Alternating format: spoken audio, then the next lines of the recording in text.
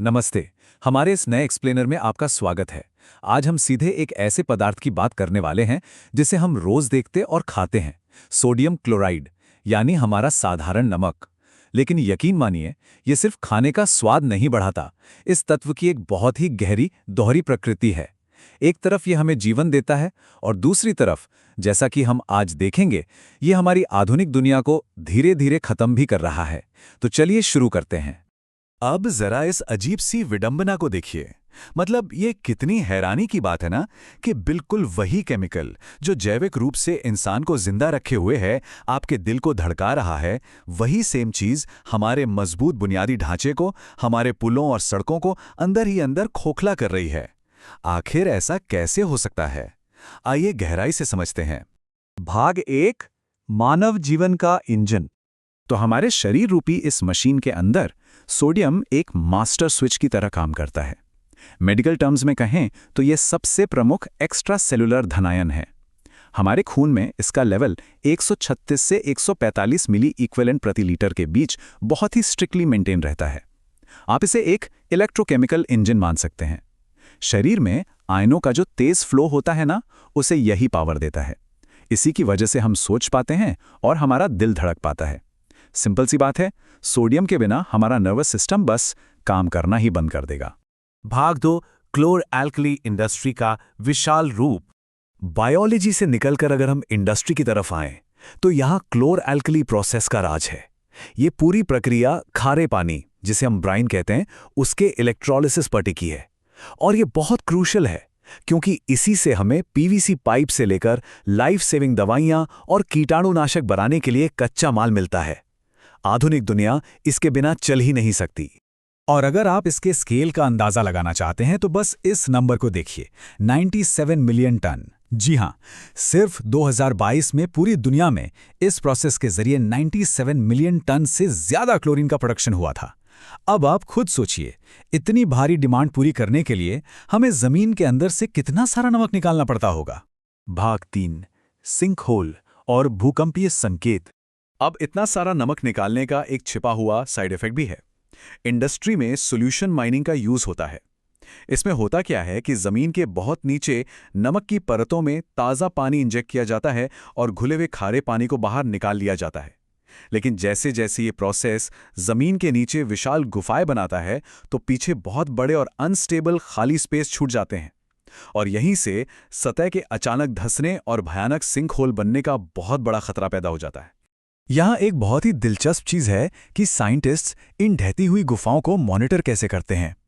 उन्होंने 88 अलग अलग तरह के युग्मित माइक्रोसिस्मिक सिग्नल, यानी पैर किए हुए सिग्नल्स पहचाने हैं। ये नॉर्मल भूकंप से बिल्कुल अलग होते हैं।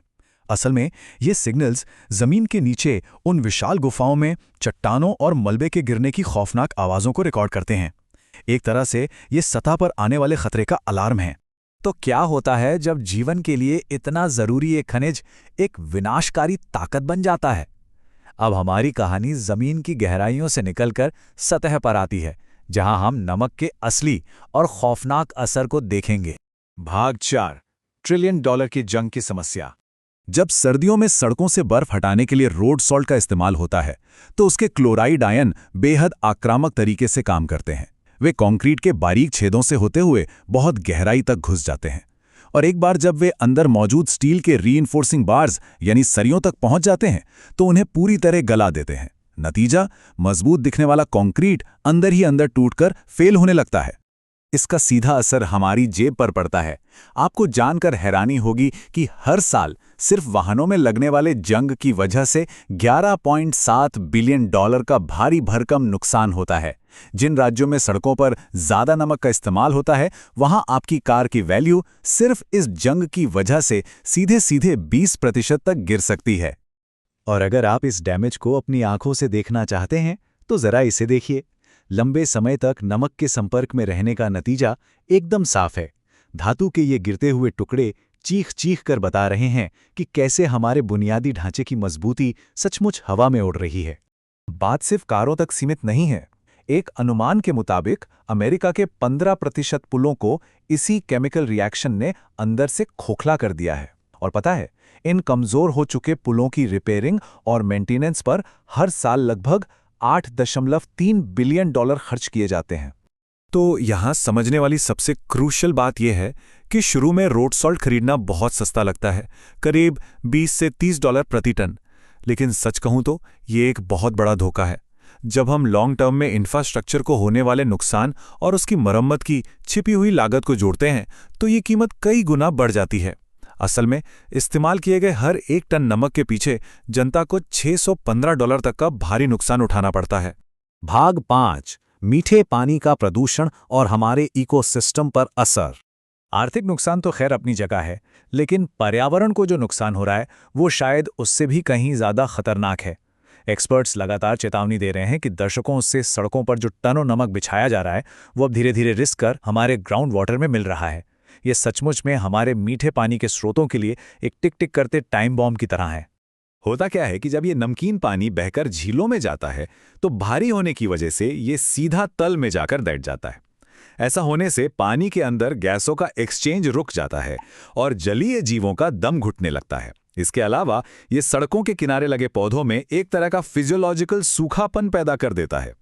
आसान शब्दों में कहें तो ये हमारे पूरे नेचुरल इकोसिस्टम को बर्बाद कर रहा है। भाग 6, सर्दियों की सड़कों के लिए कुछ स्मार्ट समाधान। शुक्र है कि हर समस्या का समाधान होता है और यहाँ भी कुछ इनोवेशन सामने आए हैं। अगर हम ठोस नमक की जगह लिक्विड ब्राइन यानी नमक और पानी के घोल का इस्तेमाल करें तो कमाल के नतीजे मिल सकते हैं। इससे सीधा फायदा ये होता है कि वो 30% नमक जो उछलकर बेकार में आसपास की मिट्टी में चला जाता था वो बर्बाद होने से बच जाता है। साथ ही मैग्नीशियम क्लोराइड जैसे कुछ बेहतरीन विकल्प भी मौजूद हैं जो बर्फ को कहीं ज्यादा तेजी से पिघला सकते हैं। और अब जरा इन सबसे अनोखे लेकिन बेहद शानदार सॉल्यूशंस पर गौर कीजिए। पर्यावरण को बिना नुकसान पहुंचाए बर्फ जमाने वाले टेम्परेचर को कंट्रोल करने के लिए अब फूड वेस्ट का इस्तेमाल हो रहा है। चुकंदर का रस, चीज बनाते वक्त निकलने वाला खारा पानी और यहां तक कि अचार का रस भी, है ना कमाल। ये ना सिर्फ बहुत असरदार हैं बल्कि कचरे को रिसाइकिल करने का एक बहुत ही स्मार्ट तरीका भी है। तो आखिर में ये पूरी कहानी हमारे सामने एक बहुत ही दिलचस्प सवाल खड़ा करती है। एक तरफ ये साधारण सा दिखने वाला नमक हमारी आधुनिक दुनिया के बुनियादी ढांचे को धीरे धीरे खा रहा है, तो क्या हम और हमारे समुदाय अपने पुलों और सड़कों को बचाने के लिए चुकंदर और अचार के रस जैसे नए विकल्पों को जल्दी अपना पाएंगे? हम अपनी उस आदत को कितनी जल्दी बदल सकते हैं जो एक तरफ तो हमें जीवन देती है लेकिन दूसरी तरफ हमारी ही बनाई दुनिया को खोखला कर रही है? सोचने वाली बात है ना? खैर, इस एक्सप्लेनर में मेरे साथ जुड़ने के लिए आपका शुक्रिया।